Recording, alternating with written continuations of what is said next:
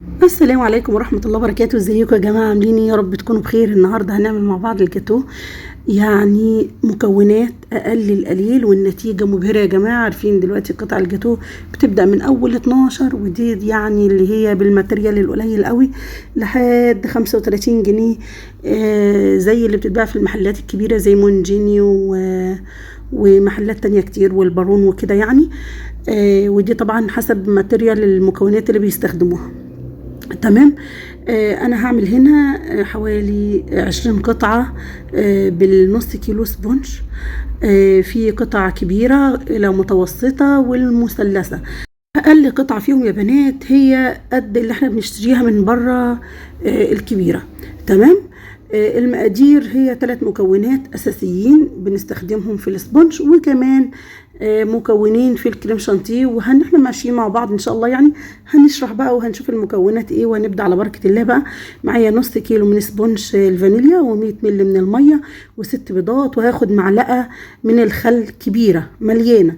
لو مش متوفر عندك الخل ومتوفر عندك محسن الجل هيبقى افضل طبعا، بيزود في الكميه وبيخليها اعلى، بيديها قوام تاني خالص. لكن مش متوفر يبقى الخل زي ما احنا، مفيش مشاكل. نزلت بكل المكونات مع بعضها في الميكسر او في العجان اللي معايا او باي مضرب كهربائي. انصحك بمضرب كهربائي. لو مش متوفر عندك غير اليدوي مش هتديكي نفس النتيجه قوي يعني، لكن ممكن يمشي حالها. لكن النتيجه عشان تطلع بيرفكت زي كده والنتيجه كويسه ويديكي نفس الفوم والنتيجه دي، لازم المضرب اللي عندك يبقى كويس، او العجان.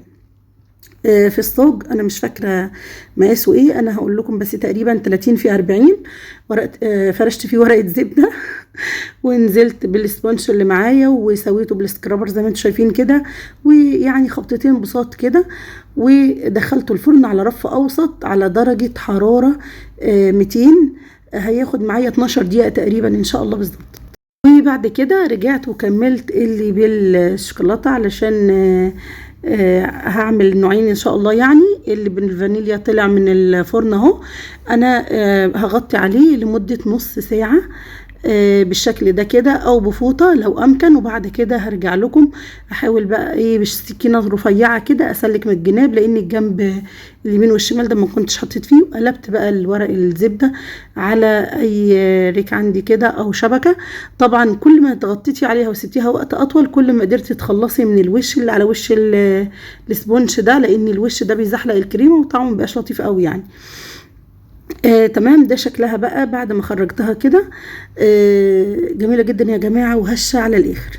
معايا كوباية ونص كريم شانتيه. انا اخدتهم وحطيت معاهم ربع كوباية اللي هي 3 معالق كبار من السكر. دوبت الاول السكر في المية المتلجة، دوبت السكر تماما لان الكريمة اللي معايا كانت بدون سكر. حطيت كمان زودت كده كام نقطة فانيليا معايا، نقطتين 2 كفاية. وهزود كمان 3 معالق من الباستر كريم بيديها طعم تاني خالص. وطبعا يا جماعة لو انت عندك الكريمة اللي هي السايلة، الكريمة السايلة زي هوبلا او لاكتوفيل او الانواع دي، هتبقى احلى طبعا في الطعم واجمد في الطعم، اللي كانت متوفرة عندي في الوقت ده. وبتستغني بقى عن في نقطة المية والسكر والكلام ده كله. الهبلة بالذات بتبقى بدون سكر، فممكن احط لها معلقتين كبار سكر بودرة. طيب هنا بقى انا خلصت الكريمه وركنتها وبدات اشيل الحواف بتاعه الجاتو او السبونج اللي عندي بالشكل ده كده، وقسمته لجزئين. بصوا يا جماعه هشه جميل جدا ما شاء الله. طيب انا هركنهم بقى على جنب. ومعايا هنا 3 معالق كبار كده من الشوكولاته، انا دوبتهم مع معلقه زيت في الميكرويف ومعلقتين حليب. دوبتهم في الميكرويف اول ما دابوا قلبتهم معايا مع الكريمه اللي معايا. وهنا بقى معايا سيرب خفيف عباره عن كوبايه سكر لكوبايتين ميه، اديتهم نقطتين ليمون، غليتهم غلوه واحده على النار اول ما بردوا، شربت بيهم الكيك اللي معايا. وبعد كده بدات افرد الكريمه اللي انا، وبعد ما فردت الكريمه كلها نزلت بطبقه السبونج التانية وسقيتها برضو بالسيرب. وبعد كده وزعت الكريمه اللي فاضله معايا عليها بالشكل ده كده، وبدات اخد السكرابر اللي هو الزجزاج ده واعمل الاشكال اللي انتوا شايفينها دي. وطبعا تخلصت من الزوايد بتاعه الجاتو علشان يبقى الشكل مهندم كده. وبدأت اخد مقاساتي واعمل علامات علشان لما اقطعها اوصل للهدف اللي انا عاوزاه، او الكميه اللي انا عاوزاها، او الحجم اللي انا عاوزاه، او الشكل اللي انا عاوزاه.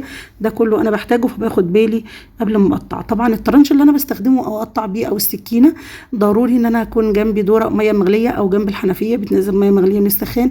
بشطف الطرنش وارجع اخد التقطيعه اللي بعدها علشان ما بوظش شكل الجاتوه عليا من الجناب. فضروري كل مره بستخدم الطرنش بحطه في الماء المغليه وانشفه، وارجع اقطع القطعه اللي بعدها.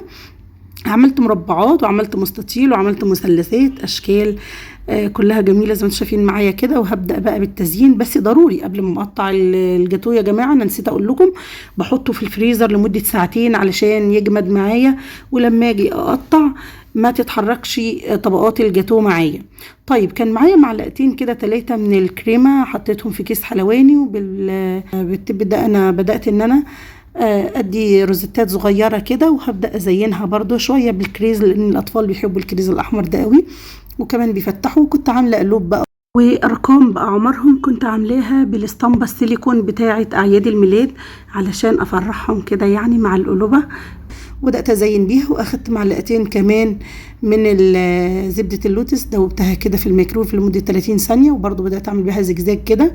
وكمان كان معايا قطع من الشوكولاته برضو حطيتها، وممكن حبات من الجوز او اللوز او البندق اللي متوفر عندك طبعا. ده الشكل النهائي. طبعا لو انت مستخدمه فواكه والجاتوه هيفضل لتاني يوم عندك، ضروري تستخدمي جل التلميع، وده بيبقى متوفر عند مستلزمات الحلواني برضو. حلو قوي لو عايزه تبيتي الجاتوه لتاني يوم، او عندك مناسبه وبتجهزي من بالليل. جميل جدا يا جماعه ما شاء الله.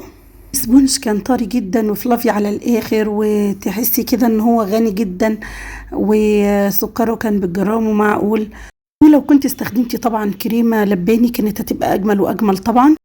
وهو ده بيكون الفرق بين المحلات العادية والمحلات العالية في الجاتوهات والتورت، انها بتستخدم الكريمة السايلة، طعمها بيبقى اقوى واغنى طبعا. ولكن لو مش متوفر كله كويس، وكله من فضل ربنا وخيره جميل جدا. لو كنت وصلتي معايا لحد هنا ما تنسيش تعملي لايك وشير وكومنت لطيف منك كده علشان تشجعيني. اشوفك على خير في فيديو جديد مع وصفات من مطبخ أميرة. دمتم في رعاية الله، مع السلامة.